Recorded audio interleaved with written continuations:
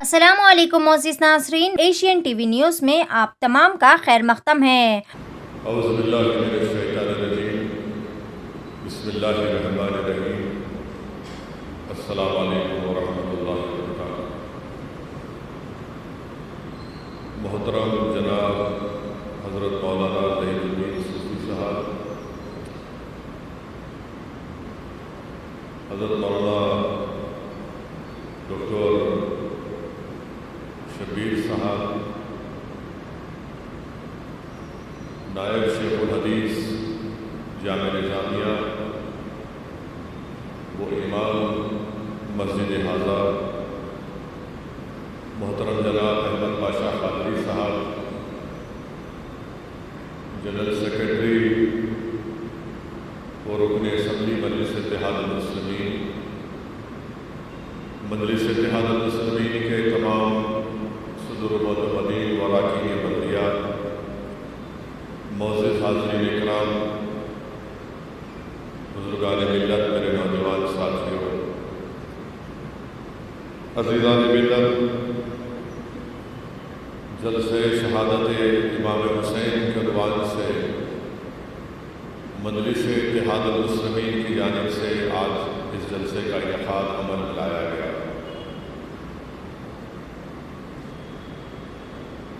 یہ ایک مبارک مہینہ ہے، ماہ محرم، جس کا پہلا اشرا ہم کو یہ بات کی تعلیم دیتا ہے کہ اسلام کی سربلندی کے لیے اور حق کی کامیابی کے لیے ہم کو اللہ کی راہ میں اپنی جان، اپنا مال، اپنی اولاد کو قربان کرنا۔ وہیں پر ہم کو یہ بھی بتایا گیا کہ اس محرم کے مہینے میں جو کل عاشورہ کا دن ہے، 10 محرم، اس دن 10 محرم عاشورہ کے دن حضرت آدم علیہ السلام کی توبہ کو اللہ نے قبول کیا، حضرت یعقوب علیہ السلام، حضرت یوسف علیہ السلام 40 سال کے بعد ملاقات کیے، حضرت یونس علیہ السلام مچھلی کی پیٹ سے عاشورہ کے دن ہی نکلے۔ بعض روایت میں آیا کہ عاشورہ کے دن ہی حضرت عیسیٰ علیہ السلام کو پیدا کیا گیا، اور جب محمد مصطفیٰ صلی اللہ علیہ وسلم رحمۃ اللہ علیہ مدینہ شریف کو ہجرت کیے اور وہاں پر رسول رحمت صلی اللہ علیہ وسلم کو یہ بتایا گیا کہ یہودی روزہ رکھتے ہیں اس لیے کہ اس دن 10 محرم عاشورہ کے دن حضرت موسیٰ علیہ السلام کی دعا قبول ہوئی، تو رسول اللہ صلی اللہ علیہ وسلم نے ارشاد فرمایا کہ حضرت موسیٰ علیہ السلام پر ہمارا زیادہ حق ہے، اور میں امید کرتا ہوں، بلکہ آقا عالم صلی اللہ علیہ وسلم نے خواہش کی کہ میری امت 10 محرم 9 اور 10 محرم کے دن روزہ رکھے، یا 10 یا 11 کے دن روزہ رکھے۔ اور حدیث شریف میں آیا کہ اللہ سبحانہ و تعالیٰ جس کو توفیق دیتا ہے، جو 9 یا 10 محرم کو یا 10 یا 11 محرم کو روزہ رکھتے ہیں، اللہ سبحانہ و تعالیٰ اپنے کرم اور فضل سے پچھلے سال کے گناہوں کو معاف کر دیتا ہے۔ اور وہیں پر اس ماہ محرم میں ہم کو اہل بیت سے اپنی محبت اور اپنی وابستگی کو مضبوط کرنے کا ایک اور موقع اللہ سبحانہ و تعالیٰ فراہم کرتا ہے۔ اہل بیت کون ہے؟ اہل بیت رسول اللہ صلی اللہ علیہ وسلم کی آل ہے، اور حدیث شریف میں آیا، صحیح حدیث میں آیا کہ حضرت ابو سعید خدری رضی اللہ تعالیٰ عنہ سے روایت ہے کہ رسول اللہ صلی اللہ علیہ وسلم ارشاد فرماتے ہیں کہ تمہاری دعا رکی رہتی ہے اس وقت تک جب تک کہ تم مجھ پر اور میری آل پر درود و سلام کے نذرانے پیش نہیں کرتے۔ تو اللہ کے رسول صلی اللہ علیہ وسلم کے اس حکم اور فرمان کے بعد معلوم ہوا کہ دعاؤں کی قبولیت کے لیے ضروری ہے کہ ہم دعا سے پہلے آل رسول صلی اللہ علیہ وسلم پر درود السلام کے نذرانے پیش کریں۔ وہیں پر امام قرآن شریف کی آیات کہ واعتصموا بحبل اللہ جميعا ولا تفرقوا، کہ اللہ کی علماء کرام نے مفسرین نے اس آیت کی تفسیر یہ لکھی کہ اللہ کی رسی کو مضبوطی سے تھام لو اور منتشر نہ ہو جاؤ۔ تو امام جعفر الصادق، کون امام جعفر الصادق؟ امام زین العابدین کے پوترے کہتے ہیں کہ واعتصموا بحبل اللہ، یعنی وہ اہل بیت ہیں کہ تم اہل بیت کے دامن کو تھام لو، تم انتشار سے بچ جاؤ۔ اللہ کے رسول صلی اللہ علیہ وسلم کی حدیث شریف ہے کہ رحمت للعالمین صلی اللہ علیہ وسلم نے ارشاد فرمایا کہ میرے اہل بیت کشتی سفینہ نوح کی طرح ہے، جو اس میں سوار ہو گیا وہ بچ گیا، یعنی جو اہل بیت کے دامن کو تھام لیا وہ بچ جائے گا۔ وہیں پر دارمی شریف کی حدیث ہے کہ اللہ کے رسول صلی اللہ علیہ وسلم نے ارشاد فرمایا کہ میں نے اپنی بیٹی کا نام فاطمہ اس لیے رکھا تاکہ وہ اور اس سے محبت کرنے والوں کو اللہ جنت میں داخل کرے گا۔ ابھی ہم نے ظہیر الدین صوفی صاحب اور نائب شیخ الحدیث شبیر صاحب کے خطاب میں سنا کہ رسول اللہ صلی اللہ علیہ وسلم نے ارشاد فرمایا کہ امام حسن اور حسین جنت کے نوجوانوں کے شہزادے ہیں۔ تو معلوم ہوا کہ اہل بیت کے سرداروں کی غلامی کرنے سے ہی آپ کو اور ہم کو جنت نصیب ہوگی انشاءاللہ۔ میرے عزیز دوستوں اور بزرگوں، اللہ کے رسول صلی اللہ بلکہ مسند امام احمد بن حنبل میں حدیث شریف لکھی گئی کہ اللہ کے رسول صلی اللہ علیہ وسلم امام حسن اور امام حسین کا ہاتھ پکڑے ہوئے اور ارشاد فرما رہے ہیں کہ جو ان دونوں سے اور ان کے والد اور ان کے والدہ سے محبت کرے گا وہ جنت میں میرے ساتھ رہے گا۔ تو معلوم ہوا علماء کرام نے لکھا، محدثین نے لکھا کہ جو اللہ کے رسول صلی اللہ علیہ وسلم اور امام حسن اور حسین، حضرت علی اور بی بی فاطمہ سے محبت کرے گا، اللہ کے رسول صلی اللہ علیہ وسلم اس کو خوشخبری دے رہے ہیں کہ وہ جنت میں میرے ساتھ ہوگا۔ تو وہیں پر اہل دل نے لکھا کہ جو محبوب ہوتا ہے وہ محب کی اداؤں کا دیوانہ ہوتا ہے، جو محبوب ہوتا ہے وہ محب کی اداؤں کا دیوانہ ہوتا ہے اور اس کو اپنا لیتا ہے۔ اگر امام حسین سے محبت ہے تو یاد رکھیے باطل نظریات سے، باطل طاقتوں سے، باطل سوچ سے کوئی کمپرومائز نہیں ہو سکتا۔ حدیث شریف میں آیا کہ محمد مصطفیٰ صلی اللہ علیہ وسلم نے ارشاد فرمایا کہ جو میری آل سے بغض رکھے گا وہ منافق ہے، جو میری آل سے بغض رکھے گا وہ حشر کے میدان میں ایسے آئے گا کہ اس کے پیشانی پر لکھا ہوگا کہ یہ اللہ کی رحمت سے مایوس تھا اور وہ کافر ہے، کہا اللہ کے رسول صلی اللہ علیہ وسلم۔ تو اس لیے اہل بیت سے محبت کا جب ہم اور آپ دعویٰ کرتے ہیں تو یاد رکھیے باطل طاقتوں سے سمجھوتا، باطل نظریات سے سمجھوتا کبھی نہیں ہو سکتا۔ حسین سے محبت ہے تو باطل طاقتوں سے محبت نہیں ہو سکتی، اس لیے کہ سمندر کے دو کنارے ایک جگہ جمع نہیں ہو سکتے، حق اور باطل ایک جگہ جمع کبھی نہیں ہوئے نہ کبھی ہو سکتے۔ میرے عزیز دوستوں اور بزرگوں، وہیں پر اللہ کے رسول صلی اللہ علیہ وسلم نے حدیث شریف میں آیا کہ رسول اللہ صلی اللہ علیہ وسلم ایک مرتبہ نماز پڑھنے کے لیے جا رہے تھے، تو آپ نے دیکھا کہ امام حسین رو رہے ہیں۔ تو اللہ کے رسول صلی اللہ علیہ وسلم نماز سے واپس آنے کے بعد بی بی فاطمہ خاتون جنت سے پوچھا کہ حسین کیوں رو رہے تھے؟ بی بی فاطمہ نے کہا کہ میں نے ان کو ڈانٹا۔ تو اللہ کے رسول صلی اللہ علیہ وسلم نے فرمایا کہ فاطمہ، اس کو کبھی کچھ نہیں کہنا، اس کو جب تکلیف ہوتی ہے میرے دل کو تکلیف ہوتی ہے۔ میرے عزیز دوستوں اور بزرگوں، اللہ کے رسول صلی اللہ علیہ وسلم کے حدیث ہے کہ امام حسین کا بچپنا ہے، اور امام حسین امام علی مقام آ کر اللہ کے رسول صلی اللہ علیہ وسلم سے عرض کرتے ہیں کہ مجھے آپ سے اونچا ہونا ہے، تو اللہ کے رسول صلی اللہ علیہ وسلم ان کو اجازت دیتے ہیں۔ اللہ کے رسول صلی اللہ علیہ وسلم کے گھٹنے مبارک پر پیر رکھتے ہیں، پھر کھندے پر آتے ہیں اور کھڑے ہو جاتے ہیں۔ پھر اللہ کے رسول صلی اللہ علیہ وسلم ان کی زبان کو اپنی زبان سے چوستے ہیں۔ اللہ کے رسول صلی اللہ علیہ وسلم امام حسین کے جسم کو سونگتے تھے، تو کسی نے صحابی نے پوچھا رسول اللہ صلی اللہ علیہ وسلم یہ کیا ہے؟ تو رسول اللہ صلی اللہ علیہ وسلم نے ارشاد فرمایا کہ حسین کے پاس سے مجھے جنت کی خوشبو آتی ہے۔ یہ امام حسین ہے۔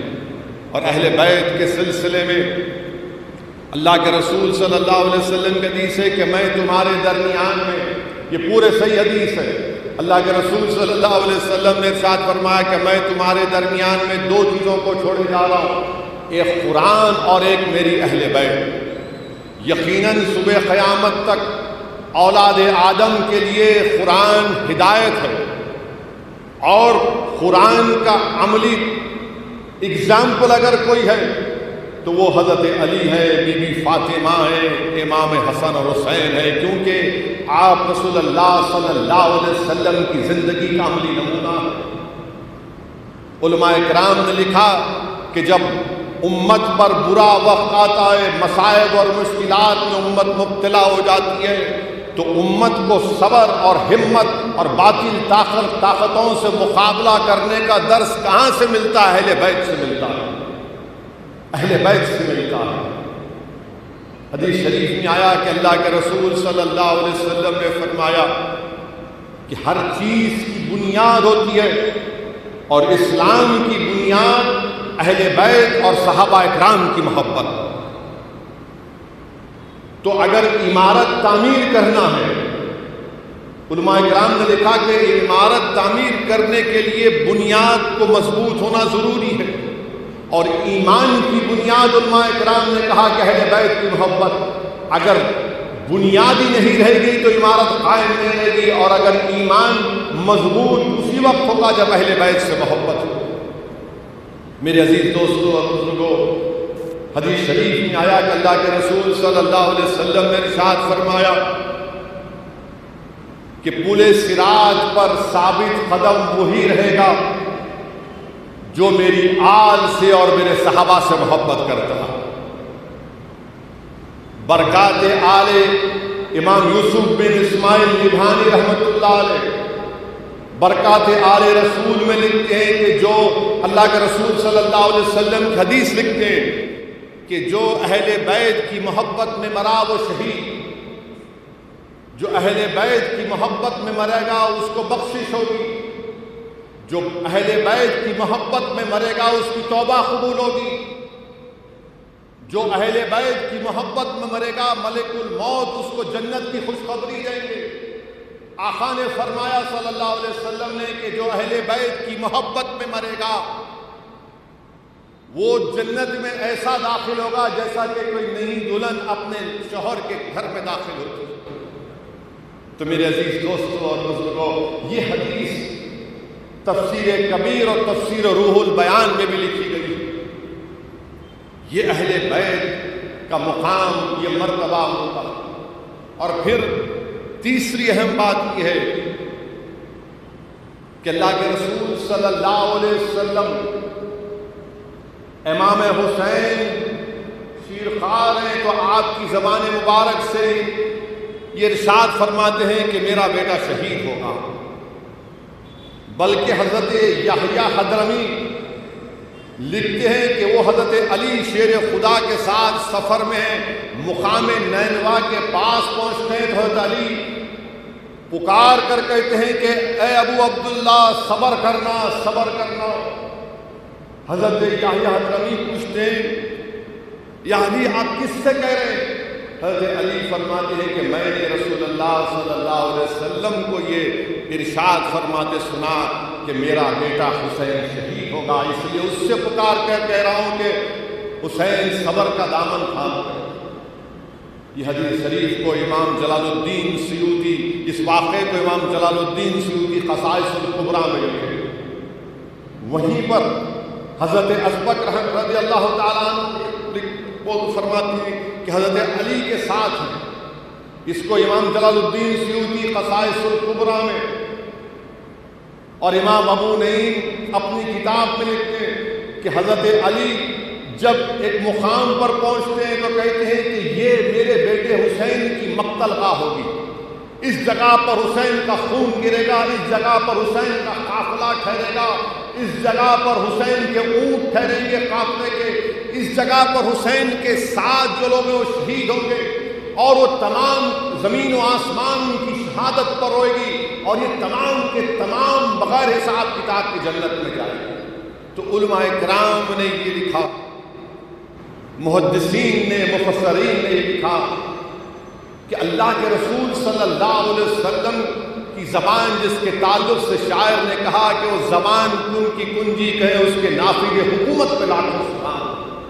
اگر اللہ کے رسول صلی اللہ علیہ وسلم دعا کرتے اللہ سے کہ یا اللہ میرے بیٹے حسین سے اس کو ایک معرکہ ڈال دے، وہ رسول اللہ صلی اللہ علیہ وسلم جس کے ہو اشارے پر چاند کے دو ٹکڑے ہوئے، وہ رحمت اللہ عالمین صلی اللہ علیہ وسلم جس کے لیے سورج واپس پلٹ کر آیا، وہ رسول صلی اللہ علیہ وسلم جو تبوک میں اپنے انگلیوں سے لوگ صحابہ پانی پیے، وہ رسول صلی اللہ علیہ وسلم حضرت جابر کے دسترخوان پر 70 بھوکے صحابی کھانا کھاتے ہیں، کم کھانا ہے، اگر وہ دعا کرتے تو اللہ قبول نہیں کرتا، شیر خدا دعا کرتے تو اللہ قبول نہیں کرتا، مگر اللہ کے رسول صلی اللہ علیہ وسلم کی سیرت ہم تمام کو پیغام دے رہی ہے۔ سیرت سے ہم کو یہ میسیج ملتا ہے، یہ تعلیم ملتی ہے کہ اللہ کے رسول صلی اللہ علیہ وسلم ممبر اور محراب کے ساتھ میدان کارزار میں بھی آئے تھے آقا دو عالم صلی اللہ علیہ وسلم۔ اللہ کے رسول صلی اللہ علیہ وسلم پر مکے کی سرزمین پر اونٹ کی اجڑی جس میں مبارک پر ڈالی گئی، اللہ کے رسول صلی اللہ علیہ وسلم کو شاہ بن ابی طالب میں محروس رہنا پڑا، اللہ کے رسول صلی اللہ علیہ وسلم کو احد کے میدان میں دندان مبارک آپ کا شہید ہوا، احد کے میدان میں رسول اللہ صلی اللہ علیہ وسلم نے سید الشہداء امیر حمزہ کی اس شہادت کو دیکھا، ان کے جسم کے ٹکڑے دیکھے۔ بدر کے میدان میں اللہ کے رسول صلی اللہ علیہ وسلم آئے اور اللہ کے رسول صلی اللہ علیہ وسلم نے ارشاد فرمایا کہ جنت کا راستہ کٹھن وادیوں سے گزرتا ہے، جنت کا راستہ کٹھن وادیوں سے گزرتا ہے۔ اللہ کے رسول صلی اللہ علیہ وسلم نے ارشاد فرمایا کہ سب سے زیادہ امتحان انبیاء کا، صدیقین کا، پھر شہداء کا، اور امام حسین کی شہادت کوئی وقتی واقعہ نہیں ہے، اللہ کا قدرت کا نظام ہے۔ نمرود ہے، فرعون ہے، تو اللہ نے حضرت ابراہیم اور حضرت موسیٰ علیہ السلام کو پیدا کیا، ان کو طاقت دی، ان کو شجاعت دیا۔ سن 60 ہجری میں یزید کے دربار میں اسلام کی کوئی اہمیت نہیں تھی، شریعت کی کوئی اہمیت نہیں تھی، طبیعت شریعت پر غالب آ چکی تھی، اسلام کو تبدیل کرنے کی کوشش کی جا رہی تھی۔ یزید کے دربار میں شراب نوشی عام تھی، یزید کے دربار میں کتے اور بلیوں کا ناچ ہوتا تھا۔ ایسے نازک وقت میں امام علی مقام امام حسین آتے ہیں، اور پھر علماء کرام نے لکھا کہ جب کربلا میں امام حسین پہنچتے ہیں تو ایسے صبر کا مظاہرہ کیا، اور وہ کیوں نہ کرے صبر جن کی والدہ بی بی فاطمہ خود صابرہ ہے، جن کی والدہ خود صابرہ ہیں حضرت فاطمہ۔ میرے عزیز دوستوں اور بزرگوں، امام علی مقام امام حسین جب کربلا میں گئے تو 72 لوگ آپ کے ساتھ، 21 اہل بیت سے ہیں اور ماباقی پورے صحابہ کرام کی اولاد ہیں۔ امام حسین کے غلام دشمن تھے۔ اب 72 کا مقابلہ 20,000 سے، 72 ورسز 20,000، 72 اور 20,000 ہے۔ امام جب کوفہ کی طرف امام حسین آتے ہیں تو آپ کو وہاں پر کوفہ سے پہلے کربلا کے پاس روک دیا جاتا، بلکہ اس سے پہلے ایک شاعر ہے فرزخ شاعر کہتا ہے کہ مت جائیے آپ، کیونکہ آپ کے چچا کے بیٹے مسلم بن عقیل رضی اللہ تعالیٰ عنہ کو، جس کو آپ نے بھجایا تھا، جس پر کوفہ میں 17,000 لوگوں نے بیعت لی تھی۔ یہ مزاج بھی دیکھیے قوم کا کہ مسلم بن عقیل رضی اللہ تعالیٰ عنہ جب آئے تو کوفہ میں 17,000 لوگ بیعت لیے۔ یزید کو معلوم ہوا، پریشان ہوا، تو اپنے ظالم گورنر کو بھیجایا، عبید اللہ بن زیاد کو، اور پھر اس نے مسلم بن، اچھا یہ مزاج سمجھنے کی ضرورت ہے آپ کو کہ حضرت مسلم بن عقیل جب ایک نماز پڑھانے کے لیے مسجد میں آئے، جس دن عبید اللہ بن زیاد وہ ظالم وہ جہنمی آیا، تو اس دن مسجد میں آپ کے پیچھے ظہر کی نماز میں یا عصر کی نماز میں 1,000 لوگ تھے۔ جب مغرب کی نماز آئی تو صرف 200 لوگ تھے۔ 1,000 ظہر میں اور مغرب میں 100 لوگ، اور جب حضرت مسلم بن عقیل نے اللہ اکبر کہہ کر ہاتھ مانے تو لوگ ہاتھ چھوڑ دیے۔ لوگوں نے پوچھا کیوں؟ بولے نہیں، ہماری جان چلے جائے۔ یہ مزاج تھا۔ اور جب امام عالی مقام امام حسین کو فرزخ نے کہا کہ مسلم بن عقیل کو اس جہنمی عبید اللہ بن زیاد نے اونچے مقام سے پھینک کر آپ کو شہید کر دیا، اور پھر اس کے بعد آپ کو لٹکا دیا گیا، تو کیا الفاظ تھے امام حسین کے؟ تاریخی الفاظ۔ امام حسین نے کہا کہ ہاں میرا بھائی لٹکا جھکا تو نہیں نا کسی کے سامنے۔ امام حسین نے کہا کہ میرا بھائی لٹکا کسی کے سامنے جھکا تو نہیں، اور حسین بھی کسی کے سامنے نہیں گردن جھکایا۔ اب آپ سوچئے کہ 3 دن پانی بند کر دیا گیا آل رسول کے اوپر، امام حسین کے اوپر، حضرت زینب، حضرت قاسم بن حسن، علی اکبر، علی اصغر، حضرت عباس، حضرت علی کے اور بیٹے ابو بکر بن علی، عمر بن علی، عثمان بن علی، ان پر پانی بند کر دیا گیا، جن کو جنت کا شہزادہ کہا گیا۔ جی اہل بیت کے تعلق سے آقا نے فرمایا پورے آل رسول ہیں 3 دن تک پانی بند کر دیا گیا۔ کتے پانی پیتے تھے، اونٹ پانی پیتا تھا، مگر نواز رسول اور آل رسول پانی نہیں پی سکتے تھے۔ 3 دن تک بھوک اور پیاس میں رکھا گیا۔ اور پھر جب جنگ لڑنے کے لیے تمام یہ یزید کے جہنمی فوج آتی ہے تو امام عالی مقام امام حسین یہ کہتے ہیں کہ مجھے ایک رات کا موقع دو، مجھے ایک رات کا موقع دو، میں رات بھر اللہ کی عبادت کرنا چاہتا ہوں۔ میرے والد شہید، میرے بھائی شہید، میں محمد صلی اللہ علیہ وسلم کا نواسا ہوں، میں ایک رات خوب اللہ سے کی عبادت کرنا چاہتا ہوں۔ اور کیونکہ میرے نانا محمد مصطفیٰ صلی اللہ علیہ وسلم نے بھی بدر کے دن اللہ کے رسول صلی اللہ علیہ وسلم سے بہت دعائیں کی تھی، اللہ کے رسول صلی اللہ علیہ وسلم یہ جہنمی لوگ راضی نہیں ہوتے، بلکہ پھر کسی کو کوئی کہتا ہے کہ نہیں ان کو اجازت ملنی چاہیے۔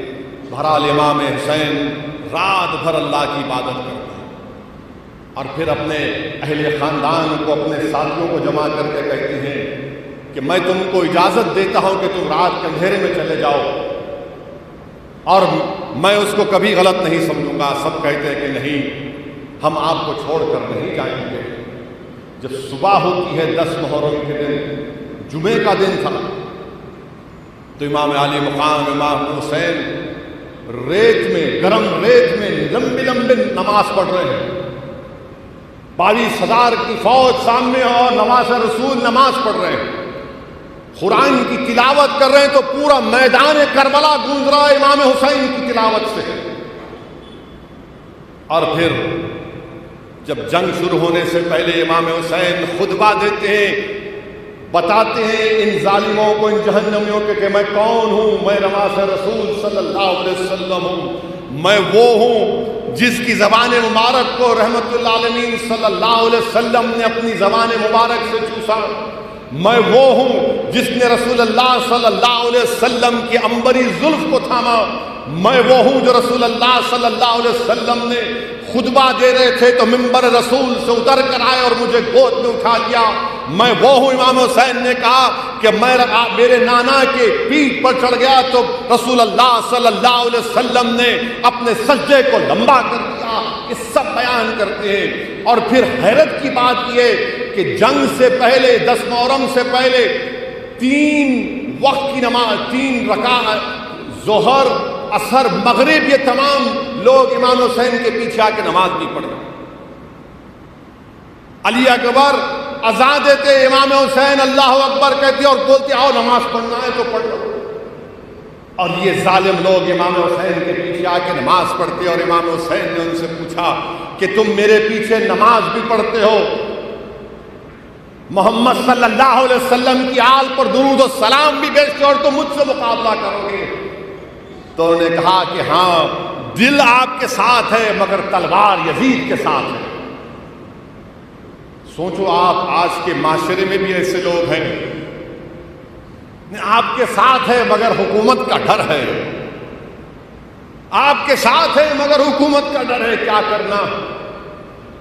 یہ اس وقت بھی تھا۔ امام حسین 10 محرم کے دن جب جنگ شروع ہوئی تو امام حسین، جیسا کہ آپ نے ابھی پاشا قادری صاحب اور زیر الدین صوفی صاحب سے سنا کہ امام حسن کے بیٹے قاسم بن حسن جب جانے لگے، امام حسین نے ان کو روک دیا، کہا آپ نہیں جا سکتے۔ تو امام حسن کے صاحبزادے قاسم بن حسن نے وہ تعویذ کہا کہ میرا ابا جان امام حسن رضی اللہ تعالیٰ عنہ نے تعویذ مجھے دی اور اس میں کہا کہ اس میں کچھ لکھ کر رکھے تھے۔ تو امام حسن نے کہا کہ اپنے بیٹے کو وصیت کی کہ اگر حسین پر کچھ برا وقت آئے گا تو تم سب سے پہلے آگے رہو۔ امام علی مقام کی آنکھ میں آنسو آ جاتے ہیں۔ آپ کہتے ہیں کہ میں نے زندگی بھر اپنے بڑے بھائی حسن کے حکم کی تعمیل کی، ان کے بعد کو مانا تم جاؤ۔ امام حسن کے بیٹے قاسم بن حسن یزیدی لشکر میں گھستے ہیں، ایک ایک کر کے کئی لوگوں کو واصل جہنم کرتے اور پلٹ کر آتے اور کہتے ہیں چچا جان اگر تھوڑا سا پانی ملے گا تو اور لوگوں کو میں واصل جہنم کر دوں گا، قتل کر دوں گا۔ 3 دن کے پیاسے کہاں پانی؟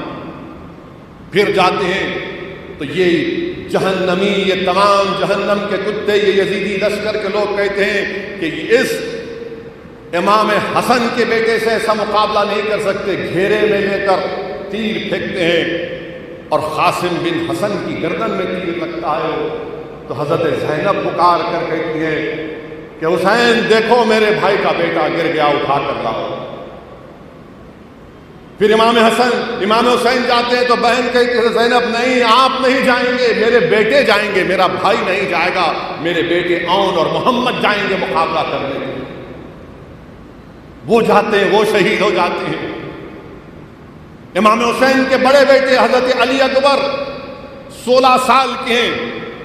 جب وہ مدینے کی گلیوں میں چلتے تو خواتین اپنے گھر کی چھتوں پر کھڑے ہو کر کہتی دیکھو یہ شبیہ رسول ہے محمد صلی اللہ علیہ وسلم، اسی کی طرح تھے۔ وہ جب میدان میں جاتی ہیں، دشمنوں کے ان جہنمی کتوں کی لشکر میں افراتفری مچا دیتے ہیں، کئیوں کو قتل کرتے ہیں اور اسی طرح بزدلوں کی طرح ان کو گھیر کر تیر مارتے ہیں۔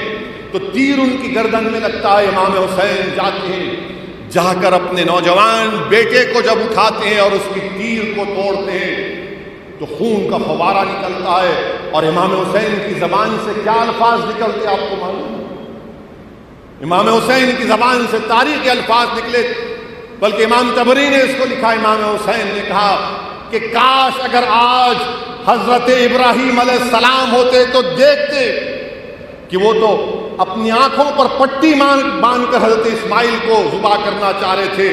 میں نے کھلی آنکھوں سے اپنے بیٹے کی شہادت کو دیکھا. یہ امام حسین ارشاد فرماتے ہیں. امام حسین کے 6 مہینے کے بیٹے علی اصغر کے گردن میں تیر لگتا ہے تو اس 6 مہینے کے بچے کو اللہ کی آسمان کی طرف اٹھا کر کہتے ہیں, یا اللہ کیا تو راضی ہے یہ میں اپنے بیٹے کو تیری راہ میں پیش کرتا ہوں. اور پھر جب امام حسین جنگ میں جاتے ہیں تو اب محمد مصطفیٰ صلی اللہ علیہ وسلم کا امامہ باندھتے ہیں, حضرت علی کی تلوار کو اپنے ہاتھ میں لیتے ہیں اور اپنے بہن حضرت زینب سے کہتے ہیں کہ اب یہ تمہاری ذمہ داری ہے پوروں کی. امام زین العابدین بیمار ہیں اور ان سے کہتے ہیں کہ تم ٹھہرو گے ساتھ. اور امام علی مقام امام حسین ان یزیدی جہنمیوں کی لشکر میں گھستے ہیں. کوئی سامنے نہیں آتا, جو سامنے آتا اس کی گردن صاف. دوڑا گھوڑا پلٹا کر امام حسین اپنی بہن سے آ کر کہتے ہیں, دیکھو زینب دیکھو یہ بزدل بھاگ رہے, مقابلہ نہیں کر رہے. امام مقابلہ کرتے امام حسین. 20,000 کا لشکر ہمت نہیں ہوتی, جو سامنے آتا اس کا قتل کرتے امام حسین. اور پھر جب امام حسین کو شہید کر دیا جاتا ہے, ایک لمبا تفصیلی واقعہ ہے. امام حسین کو جب شہید کرنے سے پہلے امام حسین کہتے ہیں کہ مجھے نماز پڑھنے دو, نماز کا وقت ہوا. اور امام حسین جب سجدے میں رہتے ہیں, یہ ظالم لوگ آپ کی گردن کاٹتے ہیں, تو امام حسین کی زبان سے کیا نکلتے الفاظ کہ یا اللہ تو مجھ سے راضی ہوا نہیں ہوا. امام حسین کی زبان مبارک سے نکلتا ہے. میرے عزیز دوستوں اور بزرگوں, امام حسین کے جسم پر 34 تیر کے وار تھے, 34 تیر کے وار اور 33 تلوار کے وار تھے. امام حسین کی گردن مبارک کاٹنے کے بعد آپ کے جسد مبارک کو اونٹ کی ٹاپوں سے رون دیا جاتا ہے, اونٹ کی ٹاپوں سے رون دیا جاتا ہے. وہ جسم جو رسول اللہ صلی اللہ علیہ وسلم جس جسم کو سونگتے تھے اور کہتے تھے کہ اس سے جنت کی خوشبو آتی, اس جسم پر یہ ظالم لوگ اونٹ کی گھوڑوں کی ٹاپوں سے اس کو رون دیتے ہیں. میرے عزیز دوستوں اور بزرگوں, امام حسین کی شہادت کے بعد آپ کی سر مبارک کو نیزے پر رکھ دیا جاتا ہے, نیزے پر رکھ دیا جاتا ہے. وہ یزید پلید کے دربار میں امام حسین کے وہ چھڑی سے امام حسین کے چہرے مبارک سے بدتمیزی کرتا ہے, بے حرمتی کرتا ہے. تو ایک صحابی رسول نعمان سے بولے تو کیا کر رہا ہے؟ میں نے دیکھا کہ رسول اللہ صلی اللہ علیہ وسلم اس چہرے مبارک کو بوسہ دیتے ہوئے. تو یزید پکار کر کہتا ہے کہ اللہ نے مجھے عزت دی اور مجھے کامیاب کیا. حضرت زینب حضرت علی کی صاحبزادی, رسول اللہ صلی اللہ علیہ وسلم کی نواسی, امام علی مقام کی بہن پکار کر کہتی ہے, اے یزید, قرآن کی وہ آیت کی تلاوت کرتی ہے جس کے معنی مفسرین نے کیا کہ اللہ جس کو عزت دیتا ہے اللہ دیتا ہے, جس کو اللہ ذلت دیتا ہے اللہ دیتا ہے. حضرت زینب پکار کر کہتی ہیں کہ تو ختم ہو جائے گا, تیری یہ حکومت 4 دن کی ہے, صبح قیامت تک میرے نانا کے ممبروں سے میرے بھائی کا ذکر ہوتا رہے گا صبح قیامت تک. تو ایک صحابی جو نابینا بیٹھے تھے وہ حضرت ایک صحابی دوسرے صحابی کا ہاتھ پکڑ کر پوچھتے ہیں کیا علی آ گئے؟ تو علی کی آواز ہے, کیا علی آ گئی؟ علی کی آواز. میرے عزیز دوستوں اور بزرگوں, جب اہل بیت کو قید کر کے کربلا سے دمشق تک قیدی بنا کر لے کر گئے. تاریخ گواہ ہے کہ امام سید سجاد امام زین العابدین بیمار ہیں، قیدی ہیں. آپ نے اپنے والد امام حسین کی شہادت کو دیکھا، اپنے بھائی علی اکبر، علی اصغر اور قاسم بن حسن کی شہادت کو دیکھا، اپنے چچاؤں کی شہادت کو دیکھا، مگر آپ کے حوصلے پست نہیں ہیں. وہ حسین کی آبرو بن کر اپنے کردار سے باطل طاقتوں پر ایک تماچا رسید کرتے ہیں اور ہم کو پیغام دیتے ہیں کہ حق کی راہ میں اگر گردن کٹتی ہے تو کٹنے دو. حق کی سربلندی کے لیے اولاد برباد ہوتی ہے تو ہونے دو، مگر کبھی بھی کسی قیمت پر باطل سے سمجھوتا نہیں ہو سکتا، نہیں ہونا چاہیے. اسی لیے اللہ کے رسول صلی اللہ علیہ وسلم نے حدیث شریف میں فرمایا کہ حسین میرے اسباط میں سے ایک سبط ہے. شیخ عبداللہ محدث دہلوی اپنی کتاب اشاعت اللومات میں لکھتے ہیں کہ سبط کا ذکر قرآن کریم میں حضرت یعقوب علیہ السلام کے سلسلے میں آیا. سبط کیا ہوتا ہے؟ ایک درخت کا تنا ہوتا ہے، ایک درخت کا تنا ہوتا ہے جو اس درخت کے جڑوں سے ملا ہوا ہوتا ہے، منسلک ہوتا ہے، اور اس درخت کے تنے پر بے شمار شاخیں نکلتی. تو امام حسین آقائے دو عالم صلی اللہ علیہ وسلم نے فرمایا کہ امام حسین میرے اسباط میں سے سبط ہیں، یعنی آپ وہ درخت کا تنا ہے جس کی جڑیں رسول اللہ صلی اللہ علیہ وسلم سے جڑی ہوئی تھی، اور اس درخت کے تنے پر جو شاخیں ہیں وہ شاخیں کبھی حمیرہ شیخ ابو الحسن شاذلی کے پاس جاتی ہیں، تو کبھی بغداد میں پیران پیر کے پاس جاتی ہیں، تو کبھی اجمیر میں خواجہ معین الدین چشتی اجمیری کے پاس جاتی ہیں، تو کبھی سمرقند کو جاتی ہیں. اور یہی شاخیں صبح قیامت تک انشاءاللہ تعالی اسلام کو ثمرآور کرتی رہے. میرے عزیز دوستوں اور بزرگوں، جس جلسے میں آپ اور ہم شرکت کر رہے ہیں اور سن رہے ہیں، امام حسین کی روح آج بھی انسانیت کو پکار کر کہہ رہی ہے کہ ظالم کا ساتھ دینا انسان کی فطرت نہیں ہے. ظالم کا ساتھ دینا انسان کی فطرت نہیں ہے. ظالم کے ظلم کو روکنا یہ انسان کی فطرت ہے. کمزوروں کا ساتھ دینا یہ انسانوں کا شیوا ہے. مظلوم کا ساتھ دینا، ظالم کو روکنا، اس سے پنجہ آزمائی کرنا. امام حسین کی روح پکار کر سب سے کہہ رہی ہے کہ ظالم کا ساتھ مت دو، اس کے ظلم کو روکو، اس کے استحصال کو ختم کرو. میرے عزیز دوستوں اور بزرگوں، آج امام حسین کی روح، حضرت زینب کی روح، حضرت علی اکبر کی روح، اور دریائے فرات کے کنارے وہ خون جو اہل بیت کا گرا، وہ ہم تمام سے پکار پکار کر کہہ رہا ہے. اہل بیت کے اجڑے ہوئے خیموں سے آواز آ رہی ہے، کربلا کے ذروں سے آواز آ رہی ہے کہ رسول اللہ صلی اللہ علیہ وسلم کی امت، اگر حالات خراب ہیں، تم چاروں طرف سے گھرے ہوئے ہو، تو ہمت مت ہارو، مظلوم کا ساتھ دو، ظالم سے مقابلہ کرو. اور میرے عزیز دوستوں اور بزرگوں، امت میں اتحاد بھی پیدا کرنے کا علماء کرام نے طریقہ بنایا کہ ہم میں اختلاف ہو سکتا ہے مسلک کا، عقیدے کا، مگر اختلاف اس بنیاد پر نہیں ہو سکتا اہل بیت کے نام پر. اہل بیت کے نام پر اختلاف نہیں ہو سکتا، تو ہم مسلمانوں کو، امت کو اہل بیت کے نام پر متحد کر سکتے ہیں. اگر اہل بیت کے نام پر متحد ہوں گے تو اس سے اللہ، اس کا رسول راضی ہوگا، آخرت میں جنت ملے گی اور دنیا کے معاملات میں الفت پیدا ہوگی. تو میرے عزیزان ملت، اہل بیت کے عنوان پر، اہل بیت کے نام پر متحد ہونا، اور فاروق اعظم کے دور خلافت میں یہ بھی صحیح واقعہ ہے، کوئی من گھڑت نہیں ہے. فاروق اعظم کے دور خلافت میں بارش نہیں ہوئی تو آپ نے حضرت عباس کو وسیلہ بنا کر اللہ سے دعا کی کہ یا اللہ، جب بارش نہیں ہوتی تو ہم رسول اللہ صلی اللہ علیہ وسلم کا وسیلہ دیتے.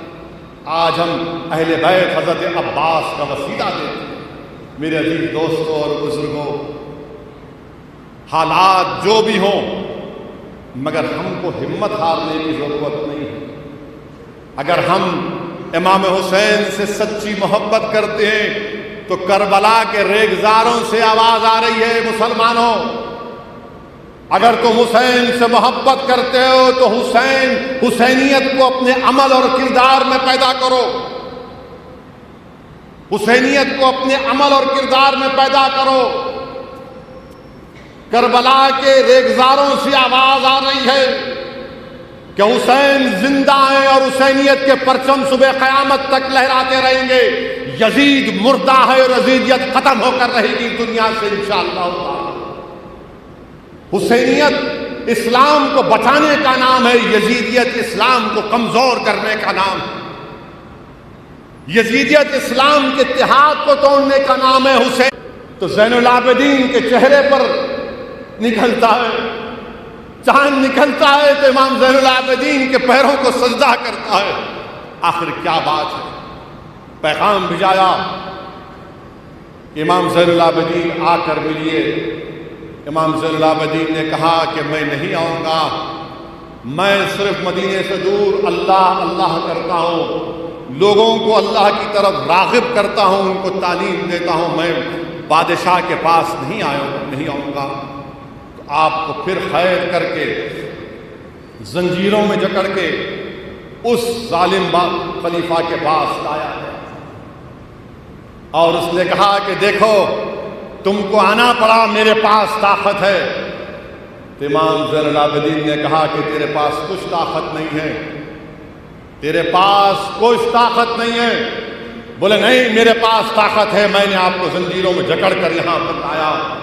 تو امام زین العابدین نے واقعات میں آیا، علماء کرام نے لکھا کہ 3 مرتبہ بلند آواز سے کہا اللہ اللہ اللہ، اور تیسری مرتبہ جب کہا تو زنجیریں ٹوٹ گئی، پوری زنجیریں ٹوٹ گئی۔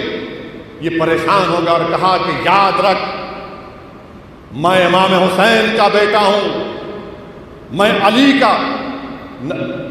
آل رسول ہوں صلی اللہ علیہ وسلم، باز آ جا باز آ جا۔ تو نے دیکھا کہ یزید کا کیا حال ہوا تھا، تو نے دیکھا کہ یزید ختم ہو کر رہ گیا، اس کا بیٹا 6 مہینے میں تخت کو چھوڑ کر چلا گیا، باز آ جا۔ میرا ملک ہے اور رہے گا انشاءاللہ تعالی، صبح قیامت تک ہم رہیں گے یہاں پر، عزت سے رہیں گے، سینہ تان کے رہیں گے، گردن نہیں جھکائیں گے۔ تم کاٹ لو مگر جھکے گی نہیں۔ یہ عورتوں پر ہو رہا ہے تو پھر اخلاق کی بیوہ کے بارے میں کیوں نہیں بات ہوتی؟ پیلو خان کی بیوہ کے بارے میں بات کیوں نہیں ہوتی؟ تبریز کی نوجوان بیوی جو بیوہ ہو گئی اس کی بات نہیں ہوتی؟ علیم الدین انصاری کی بیوی جو بیوہ ہو گئی جس کو روڈ پر مارا اس کی بات نہیں ہوتی؟ نہیں وہاں ظلم، ارے یہاں پہ کون کرے گا پھر؟ یہاں کی بات نہیں، عورتوں پر ظلم ہو رہا ہے وہاں پر۔ اچھا عورتوں پہ ظلم ہو رہا نا، تو ذرا ہم بیٹھ کے تھوڑا لکھ کے آیا ہوں۔ بھارت میں یونائٹڈ ایک امو دریا کا نکالے، امو دریا، ارے گنگا میں لاشیں بہ رہی تھی، اس کی فکر نہیں ہے تمہارے کو؟ یہ کابل ہے ہمارا، افغانستان سے محبت ہو گئی۔ ابھی اور آ رہا بھارت میں ہمارے وطن عزیز میں UNFPA کی رپورٹ ہے، آپ کو معلوم ہمارے ملک میں 4 کروڑ 60 لاکھ بچیاں غائب ہو جاتی ہیں۔ 4 کروڑ، زور سے بولو، بچیاں غائب ہو جاتی ہیں، اور 9 میں سے 1 فیمیل بچی 5 سال کی عمر ہونے سے پہلے مر جاتی ہے۔ ان کو کہاں کی فکر ہے؟ وہاں کی فکر ہے، ان کو وہاں کی فکر ہے ان کو۔ سالار محترم یاد آئے، سالار محترم کیا کہتے تھے؟ ماں سے بڑھ کے چاہیے پاپا کٹنی کہلائی، بولتے تھے نا سالار۔ وہاں کی فکر ہے ان کا افغانستان میں ایسا ہو رہا اور تم پہ ایسا ہو رہا. ارے یہاں نہیں ہو رہا. ہردوئی میں ایک شخص سرے روڈ پر بیوی کو مار مار کر قتل کر دیا. کتنے مہیلاؤں کا ریپ ہوتا خواتین کا بھارت میں, اس کی بات نہیں. وہاں کہیں کو ہو رہا, وہاں پہ ہو رہا. بڑی محبت ہو گئی آپ کو. کیوں دکھا رہے معلوم آپ کو؟ دکھانے کا مقصد یہ ہے کہ ان کے جو پپا ہیں, پپا اور منموہن سنگھ کی سرکار نے دونوں ملا کے, واجپئی کی حکومت ملا کے افغانستان میں $3 بلین ہم لوگ وہاں خرچہ کیے. آپ کا ہمارا ٹیکس کا پیسہ تھا. کتنا تھا؟ $3 بلین. جب میں یہ پوچھا کہ 3 بلین کہاں گئے, لگا وہاں پہ, اب لگ جاؤ, وہاں لگ جاؤ, ڈیوٹی پہ لگ گئے پورے وہاں پہ. 700 کروڑ کی پارلیمنٹ بنائے افغانستان میں. کتنے کی پارلیمنٹ بنائے؟ 700 کروڑ کی. اور آپ ہمارے وزیر اعظم مودی اور وہ غنی دونوں مسکرا کے ربن کاٹے. غنی تو چلے گا دبئی, ابھی نہیں یہاں بیٹھ کے بول رہے افغانستان میں یہ ہو رہا. ارے 700 کروڑ کیا کریں گے؟ اب کیا طالبان اس سے بیٹھ کے جرگا کریں گے؟ اپنا جرگا کریں گے آپ انہیں بیٹھ کے. 700 کروڑ, $3 بلین آپ سوچو کتنے ہوتے. $3 بلین ہم خرچہ کیے. یہ جب میں سوال کیا تو لگ گئے وہاں پہ, وہاں ایسا ہو رہا. 2013 میں بولا, میں نہیں بولا بلکہ جو مجھ سے زیادہ جو قابل لوگ ہیں, جن کی دور اندیش نگاہیں اس کو دیکھ رہی تھی, میرے کو بولتے تھے. اور مجھ میں عادت یہ ہے کہ اگر میرے کو کوئی چیز نہیں آتی تو میں بغیر کسی تکلف کے ان کو فون کر کے یا ان سے مل کے پوچھتا ہوں, میرے کو سمجھ میں نہیں آ رہا, بتاؤ آپ. وہ اس وقت سے بول رہے, وہ تمام سیکورٹی کے ایکسپرٹ, بڑے بڑے صحافی جو ہیں, کہ دیکھو یہ ہوگا. 14-15 میں بولا آپ کیا کریں بتائیے. آپ تو دور ہو گئے ان لوگوں سے. اب سب سے بڑا فائدہ پاکستان کو ہوا. میرے کو افغانستان سے کبھی کوئی مطلب نہیں تھا, نہ طالبان سے. میرے کو بھارت سے مطلب ہمیشہ ہے اور رہے گا. پاکستان اس جگہ کو اب وہی سیکورٹی ایکسپرٹس کہہ رہے ہیں کہ القاعدہ اور داعش افغانستان کے وہ بہت بڑا ملک ہے جہاں پر حکومت ہی نہیں ہے. ایسے کئی علاقے مانے 300 400 کلومیٹر رقبے پر کوئی چیز نہیں ہے, وہاں پر داعش القاعدہ آ چکے ہیں. سیریا سے, عراق سے وہاں شفٹ ہو گئے. جیش محمد ایک نام, اتنا محمد صلی اللہ علیہ وسلم کے نام پہ ٹیررزم کرتے ہیں غلیظ لوگ. پارلیمنٹ پہ اٹیک کیے, ایئر کرافٹ کو ہائیجیک کر کے کھندار لے کر گئے. وہ لوگ ہیلمنڈ ایک جگہ ہے وہاں پر آ کر بیٹھ چکے ہیں. کس کو نقصان ہوگا بتاؤ آپ؟ ISI پورا کنٹرول کرتا طالبان کو, یہ بات ذہن میں رکھو آپ. ISI بھارت کی دشمن ہے. ISI طالبان کو کٹ پتلی کی طرح استعمال کرتا ہے. اور ایک بات سن لو آپ, مزے کی بات, طالبان کا جو چیف ہے انہوں کہتے ہیں امیر المومنین. کا امیر المومنین ہے بھائی؟ تو امیر المومنین تو شیر خدا ہے, علی امیر المومنین. اب یہ امیر المومنین اور خادم الحرمین میں کیا ہوگا اللہ کو معلوم. انہوں امیر المومنین, انہوں خادم الحرمین, اور وہ بھی خاموش بیٹھے ہوئے ہیں. UAE کا وہاں انہوں خاموش بیٹھے ہوئے ہیں. اور سب سے دوسرا بڑا فائدہ یہ چین کو. اب چین کیا کر رہا ہے؟ میں یہ کھل کے اب اس لیے بول رہا ہوں کہ لوگوں کو معلوم ہونا. آپ لوگوں کو بدخشاں ایک جگہ ہے افغانستان اور چین کے بارڈر پر, وہاں پر شنجیانگ ایک جگہ ہے جو مسلمانوں پہ ظلم ہو رہا. ان کو ایک کانسنٹریشن کیمپ میں ڈال کے, تمام آپ سنے ہوں گے. تو چین ان کو بول دیا دیکھو بدخشان میں یہ ایسٹ ترکمنستان کی جو وہاں پر تنظیم ہے ان کو مت آنے دو. اور چین یہ بولا کہ ہم جو ہے, چین ایران سے آلریڈی ایک کانٹریکٹ سائن کر لیا کئی $بلینز کا. تو چین یہ چاہ رہا ہے کہ زمین کے راستے سے کابل اور پھر کابل سے ہوتے ہوئے ایران تک چلا جائے. چین یہ کر رہا ہے، اس کو سمندر کا راستہ لمبا پڑتا تو یہ راستے سے آ کے کرنا چاہ رہے ہیں. آپ کیا کر رہے بھائی؟ آپ کیا کر رہے بتائیے نا. رشیا، ازبکستان، ترکمنستان، تاجکستان، یہ تمام استان جو 4 ممالک ہیں، وہ لوگ امریکہ سے ڈیل کر کے کوڈ ایگریمنٹ کے لیے کہ ٹرانسپورٹیشن ان تاجکستان، ازبکستان، ترکمنستان سے نکل کر کابل تک آئے گا. امریکہ کر لیا اور آپ ٹرمپ کو گلے ملے، خوب لپٹے، عید مبارک، عید مبارک. اب کی بار ٹرمپ سرکار انہیں آپ چھوڑ کے چلے گا. آپ کہاں ہیں بتاؤ؟ بھارت کہاں ہے مجھے بتاؤ. میں آپ کو بتا رہا ہوں کہ اگر ہم صحیح طریقے سے ہمارا ملک کے جو بڑے حکومت کرنے والے ہیں، میں ملک کے مفاد میں کہہ رہا ہوں، مجھے کوئی مطلب نہیں ہے نہ افغانستان سے نہ طالبان سے، میرے کو کوئی مطلب نہیں ہے. میرے کیا کرنا ہے؟ میرے کو مجھے وطن عزیز سے مطلب ہے اور مطلب رہے گا بھارت سے انشاءاللہ تعالی.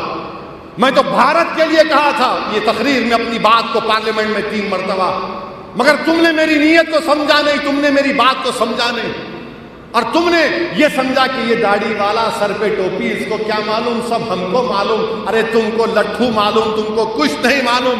تم تو انڈے میں کی زردی ہو، تم کو کچھ نہیں معلوم. اگر تم کو معلوم ہوتا تو یہ دن نہیں ہوتا آج. اچھا اگر اس کو کیا کرنا ہے ابھی یہ سن کے بولیے، بولو تم کیا کرنا. سنتے موڈی جی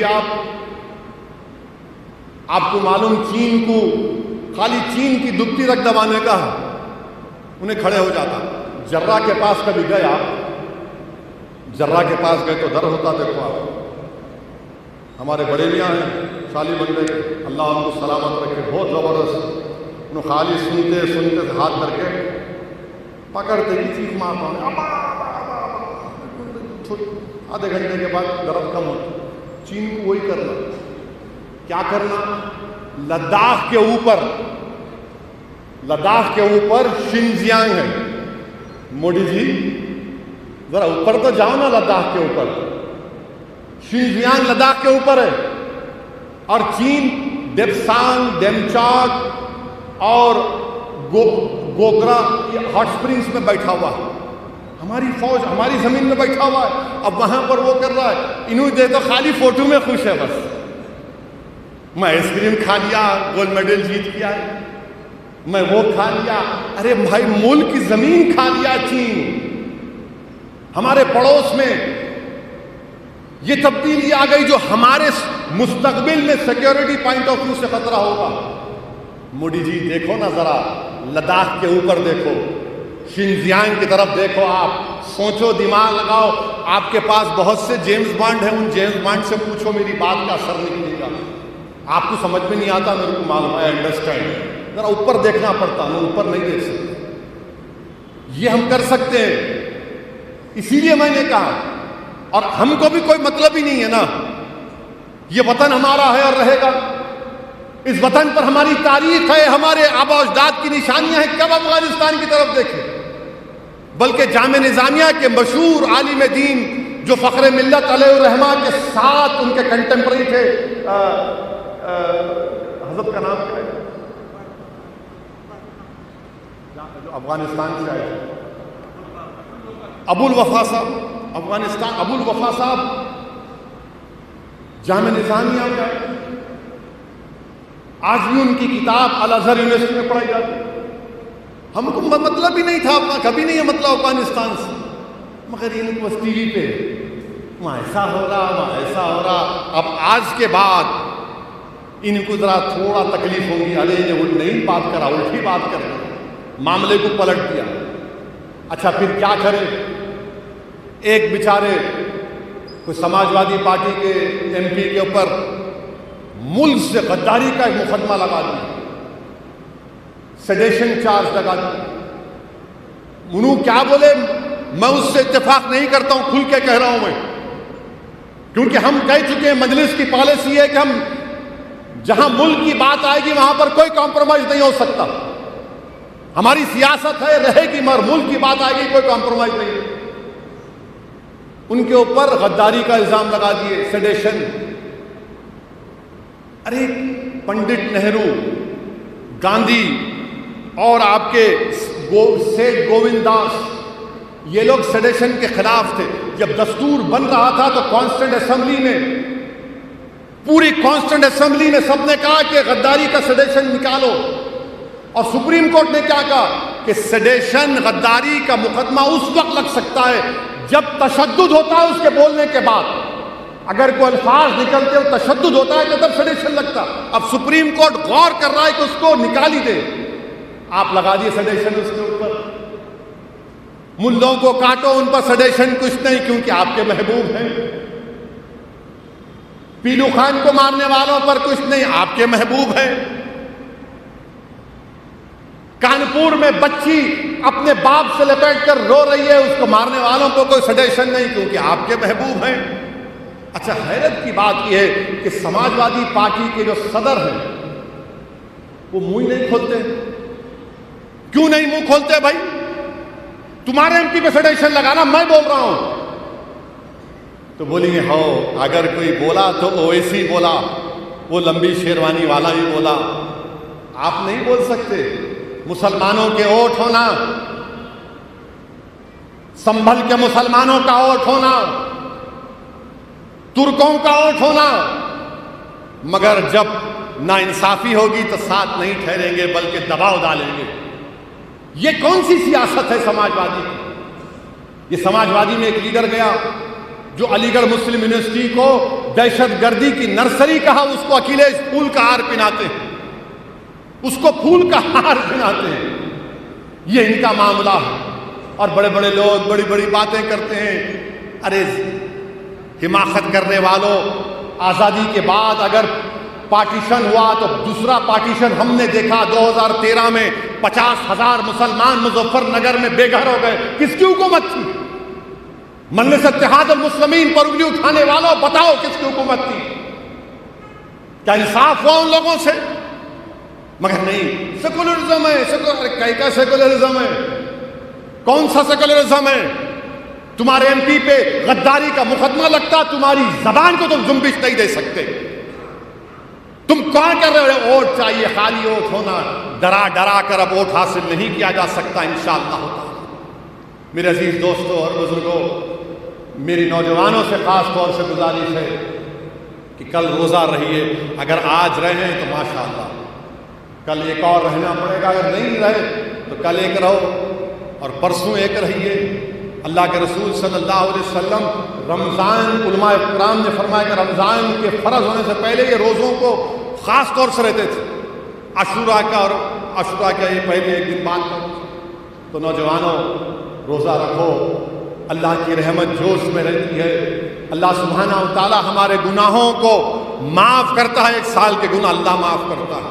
ہم خطا کار ہیں، سیاہ کار ہیں، اور جو آل رسول ہیں، اہل بیت ہیں، ان کی عزت کرو، ان کی خدمت کرو، ان کی کوئی تکلیف ہے تو اس کو دور کرنے کی کوشش کرو، کیونکہ حشر کے میدان میں رسول اللہ صلی اللہ علیہ وسلم کی شفاعت سے ہی، ان کی شفاعت سے ہی ہم جنت میں جائیں گے۔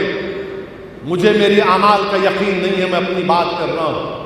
میرے اعمال اللہ کی نظر میں ہو سکتا ہے کہ کچھ بھی نہیں ہوں گے، مگر مجھے ایک بات کا پورا یقین ہے کہ انشاءاللہ تعالیٰ سعود الدین اویسی محمد مصطفیٰ صلی اللہ علیہ وسلم کی شفاعت پر جنت میں جائے گا۔ آقا کی وجہ سے مجھے جہنم کی آگ سے اللہ بچا لے گا۔ میرے عزیز دوستوں اور بزرگوں، یہ اس جلسے کا پیغام ہے۔ جو لوگ روزہ رہتے ہیں، خوب دعا کرو اللہ سے۔ ہمارے ملک کی جیلوں میں بہت سے لوگ مظلوم لوگ ہیں، جن کو جیلوں میں ڈال کر ان کی زندگیوں کو سڑا دیا جا رہا ہے۔ صفورہ زرگر ایک بچی ہے، کئی لوگ ہیں جو جیل کے پیچھے ہیں، ان کی بیویاں، ان کے بچے اپنے والد کے لیے، وہ بیویاں اپنے شوہر کے لیے بے چین اور بےتاب ہے صرف ان کو دیکھنے کے لیے۔ میرے عزیز دوستو، خوب اللہ کی بارگاہ میں دعا کرو، اللہ کے رسول اللہ صلی اللہ علیہ وسلم کا وسیلہ دیجیے، امام حسین کا، اہل بیت کا وسیلہ دیجیے، شہیدان کربلا کا وسیلہ دے کر اللہ سے دعا کریے کہ پروردگار وطن عزیز میں امن کو قائم کر دے، اس ظلم کا اللہ خاتمہ کر دے۔ آپ کو دعا کریے کہ رامپور کے ایم پی اعظم خان کو اللہ رہا کروا دے، ان کی مشکلوں میں آسانی پیدا کر دے۔ میرے عزیز دوستوں اور بزرگوں، جو لوگ آج ظلم کر رہے ہیں انشاءاللہ تعالیٰ تم مٹ جاؤ گے، یاد رکھو۔ ظلم ایک کالا نشان ہے اور کالا نشان مٹے گا انشاءاللہ تعالیٰ۔ محبت اور انصاف ایک نیک چیز ہے، ایک علامت ہے۔ اور یاد رکھو مسلمانوں، جلال الدین رومی رحمت اللہ علیہ نے کہا تھا کہ جو کٹنے تیار ہیں وہ بچیں گے، جو قربانی دینے تیار ہیں وہ زندہ رہیں گے۔ ہم کٹنے تیار ہیں تو زندہ رہیں گے، ہم قربانی دینے تیار ہیں تو عزت ملے گی۔ ہم یہاں پر کسی کے ڈرانے سے، کسی کے بکواس کرنے سے ڈرنے والے نہیں ہیں۔ ہماری زندگی اور موت کا فیصلہ اللہ کر چکا ہے، وہی فیصلہ کرے گا۔ اور اگر کوئی ظالم یہ کہے گا کہ مجھے مار کر تو نے میری جان لی، نہیں، یہ میرے رب کا فیصلہ تھا، میرا وقت ہو چکا تھا۔ اپنے حوصلوں کو، اپنے ہمتوں کو بلند رکھو نوجوانوں، اللہ سے اپنے رشتے کو مضبوط کرو، ڈرنے اور گھبرانے کی ضرورت نہیں ہے۔ یزیدیت مردہ ہے اور مردہ ہو کر رہے گی انشاءاللہ تعالی۔ ہم حسین کے غلاموں کے غلام، ہم حسین کا پرچم بلند کریں گے، حق کو کامیاب کریں گے انشاءاللہ تعالی۔ اور اللہ کسی کا محتاج نہیں، ہم اللہ کے محتاج ہیں۔ میرے عزیز دوستوں اور بزرگوں، یہی پیغام آج کے جلسے سے آپ کو دینا تھا۔ وآخر الدعوانا الحمدللہ رب العالمین۔